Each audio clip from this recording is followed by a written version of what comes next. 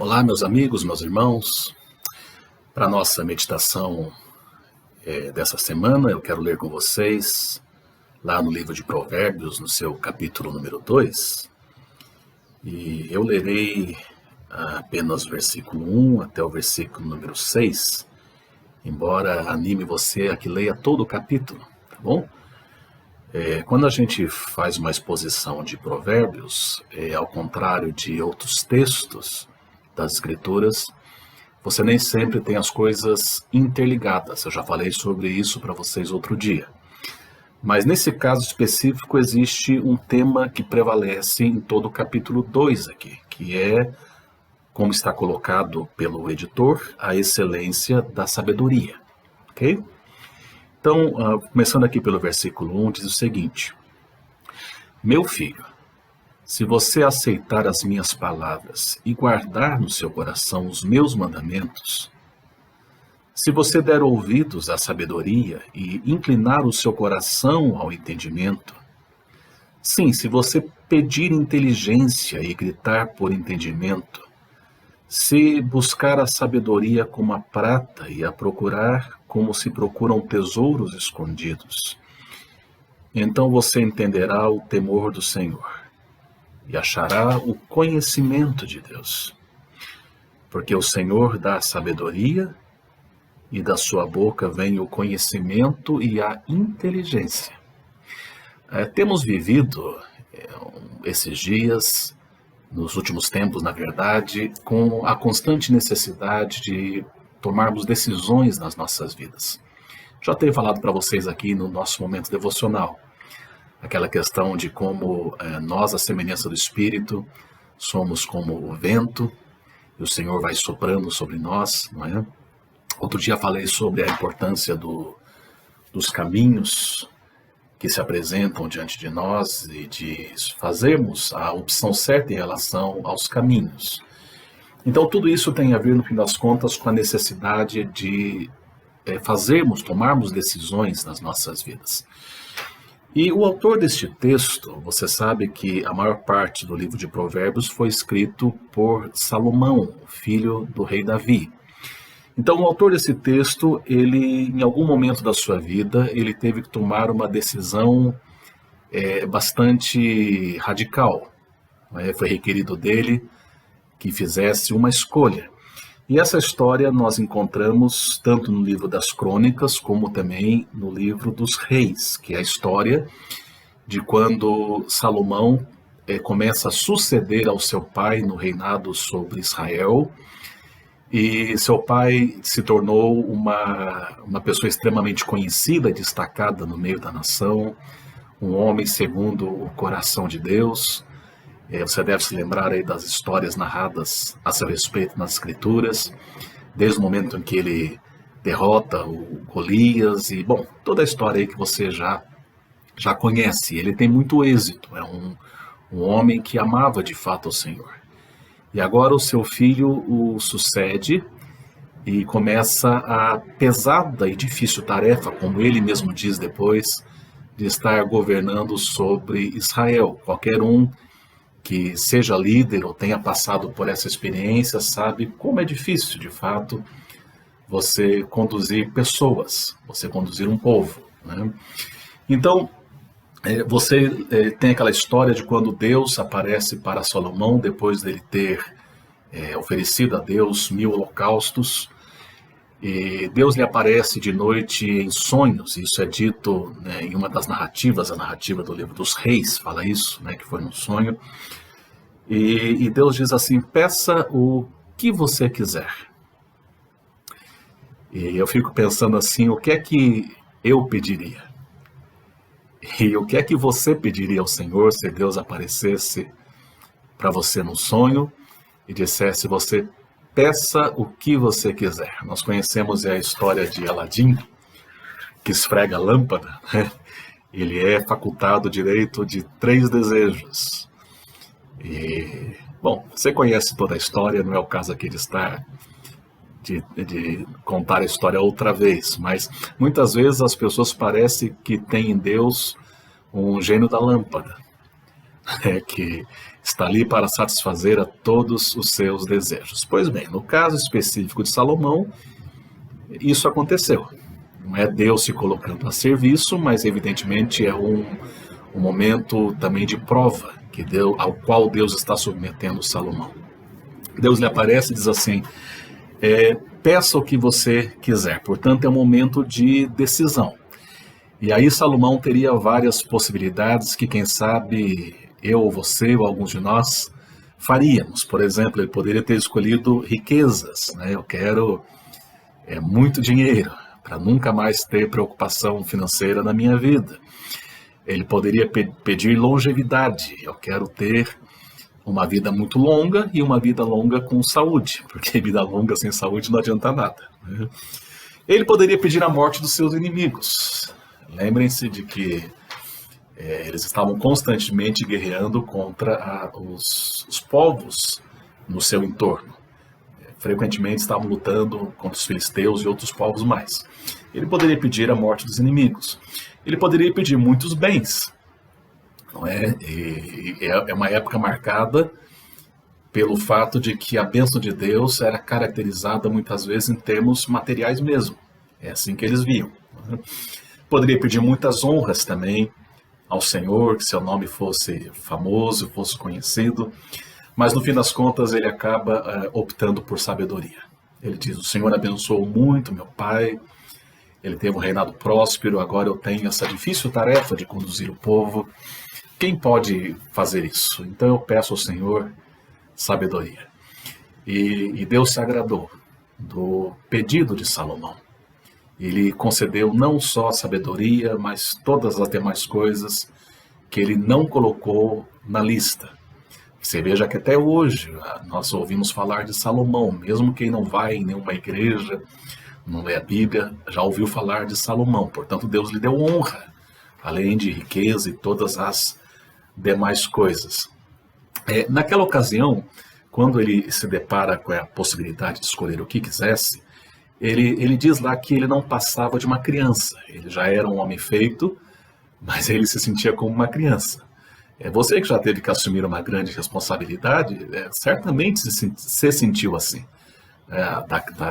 Do rosto, da casca para fora, como a gente fala, no exterior, aparentando muita confiança, mas por dentro se sentindo como uma criança, aquele frio na barriga. E de fato, quando você olha para a história de Salomão, ele, conquanto tivesse recebido um legado espiritual muito forte do seu pai, ele de fato tinha atitudes bastante infantis na sua relação com Deus. Eu tenho aqui anotado, por exemplo, lá no primeiro livro dos Reis, no seu capítulo 3, no versículo número 3, diz o seguinte: olha, preste atenção. Salomão amava o Senhor, andando nos preceitos de Davi, seu pai. Porém, oferecia sacrifícios e queimava incenso nos lugares altos. Ou seja, ainda que ele amasse ao Senhor e ele quisesse seguir nos caminhos do seu pai, ele cometia equívocos, lhe faltava discernimento e lhe faltava sabedoria, porque todos os povos pagãos de então e de agora costumavam sacrificar nos lugares altos. No tempo que nós moramos em Sucre, por exemplo, tem 2 morros ali bem destacados na cidade, o Sica Sica e Tiroquelha. Você os vê de qualquer lugar da cidade. E quando você sobe nesses morros, lá no alto, você encontra os esqueletos, cabeças de bode, velas, sacrifícios nos lugares altos. E assim procedia Salomão, sacrificando nos lugares altos. E veja que na sequência desse texto de Reis, no versículo 4, é que Deus aparece a Salomão, depois que Salomão sacrifica nos lugares altos, e lhe diz: peça o que você quiser. Então, de fato, ele ainda era uma criança, nesse aspecto de não ter discernimento, e o Senhor se agradou do seu pedido. E ele acabou, como eu já expliquei, obtendo todas as demais coisas. A gente fica pensando muitas vezes que bom seria se Deus nos aparecesse e dissesse assim: peça o que você quiser. Mas o que a gente aprende à luz das Escrituras e da experiência de Salomão, e lendo esse texto que serve de base para a nossa reflexão, é sobre a importância de pedirmos a Deus sabedoria. Queridos, mais do que nunca, em tempos tão confusos, onde cada vez mais a mentira se mistura com a verdade, onde prevalece cada vez mais a manipulação, não é? As fake news, a distorção da verdade de maneira deliberada, a manipulação. Você veja que até em foto você não pode mais confiar, né? Você pega uma foto às vezes e aquilo foi forjado, foi montado. Então, em tempos de tanta confusão e de valores distorcidos e distorção da verdade, mais do que nunca nós precisamos pedir a Deus que nos dê sabedoria. Em meio a este contexto também específico que estamos vivendo, onde as pessoas estão tateando e buscando uma direção, tendo seus negócios prejudicados, tendo seus planos frustrados. Quem sabe é você que está passando agora por essa experiência, muitos de nós estão. Nós precisamos pedir a Deus sabedoria. E Deus aqui nesse texto nos deixa algumas orientações de como podemos fazer isso. E claro, eu estou me limitando ao texto. Você lê todo o livro de Provérbios e você encontra outras dicas de como encontrar essa sabedoria, ainda que a Escritura diz em outra parte que se alguém precisa de sabedoria, que peça a Deus. Tiago escreve dizendo isso, né? Peça e Deus vai lhe conceder. Mas algumas dicas aqui. Olhando, por exemplo, para o versículo 1, a primeira dica para nós termos sabedoria nas nossas vidas é aceitarmos as palavras de Deus. Aquilo que Deus quer falar conosco e fala. Ele começa dizendo: filho meu, se você aceitar as minhas palavras e guardar no coração os meus mandamentos. Então, os mandamentos que ele transmite são os mandamentos de Deus e, ao mesmo tempo, ele fala como um homem experimentado. Então, evidentemente, nós precisamos aprender a ouvir os outros, especialmente aqueles que têm mais vivência que nós, né? Têm mais experiências, muitas vezes. Mas, para além disso, nós precisamos ter o nosso coração voltado para a palavra de Deus, para os seus mandamentos. E você não faz isso sem ler as Escrituras, sem ouvir sermões, sem participar de estudos bíblicos. Nós precisamos ter contato com a palavra de Deus. Ela é a palavra de Deus que efetivamente fala aos nossos corações. Segundo lugar, nós precisamos estar com os nossos ouvidos atentos e inclinar o nosso coração, diz o versículo número 2. Sermos como um radar. Eu me lembro quando estava no seminário que uma das dicas de um professor, Otton Dourado, já falecido, professor de homilética, sobre a pregação da palavra, ele dizia: o bom pregador é aquele que está atento o tempo todo para o que acontece à sua volta e procura fazer uma ponte entre as experiências, a vida e a palavra de Deus. Então nós precisamos dessa mesma sensibilidade, ouvir o que está acontecendo à nossa volta, ver, discernir, né? Estarmos com os ouvidos atentos, estarmos com o nosso coração inclinado para o Senhor e pedirmos realmente ao Senhor que nos dê discernimento, porque, como eu já expliquei e relembrei aqui, vivemos tempos onde muitas vezes as coisas são apenas ilusões, e onde muitas vezes existem intenções escusas por trás de aparentes manifestações de bondades ou de boas intenções. Mas ainda nós precisamos, diz aqui o versículo 3, clamar por inteligência, e isso em voz alta. Você sabe que nem todo mundo que é inteligente é sábio. Você pode encontrar uma pessoa extremamente inteligente, mas ela diz, por exemplo, que não crê em Deus, que já é uma estultícia, né? É uma tolice. Então, nem sempre a pessoa dizer que ou se mostrar uma pessoa inteligente de fato, significa que ela seja uma pessoa sábia. Por outro lado, queridos, nós não podemos menosprezar a necessidade de inteligência. Nós temos que progredir na nossa mente, né, na nossa capacidade de raciocínio, culturalmente. Todas essas coisas podem e devem estar aliadas à sabedoria. É lamentável, e deixe-me dizer para vocês, como muitas vezes no meio cristão, as pessoas são caracterizadas por uma tapadice, como se houvesse uma incoerência entre crer em Deus e usar a sua mente. Claro, há coisas que não são compreensíveis com a nossa mente. A nossa fé não se limita a raciocínios. Mas nós precisamos também pedir a Deus discernimento, inclusive para ler a Bíblia da maneira correta e interpretá-la da maneira correta. Como a história daqueles dois meninos, acho que já contei para vocês, que estavam brigando na rua, rolando, né, se agarrando e um soqueando o outro, e alguém se aproximou e os separou. E perguntou assim, por que é que vocês estão brigando? E eles disseram, nós estamos obedecendo a Jesus. Mas como é que é isso? Porque nós lemos lá na Bíblia Jesus falando para que nos amassemos uns aos outros. E lógico, era para que nos amássemos uns aos outros. Então, não é só ler a Bíblia, também ter discernimento. E na leitura da Bíblia e em tudo na vida, nós precisamos pedir a Deus que nos dê inteligência. E em último lugar, versículo número 4, diz que nós devemos buscar essa sabedoria, buscá-la, como a prata e como os tesouros escondidos. Se você soubesse que há um tesouro escondido na sua região, próximo de você, você se empenharia para buscar esse tesouro? É de quem encontrar. Como é que você faria isso?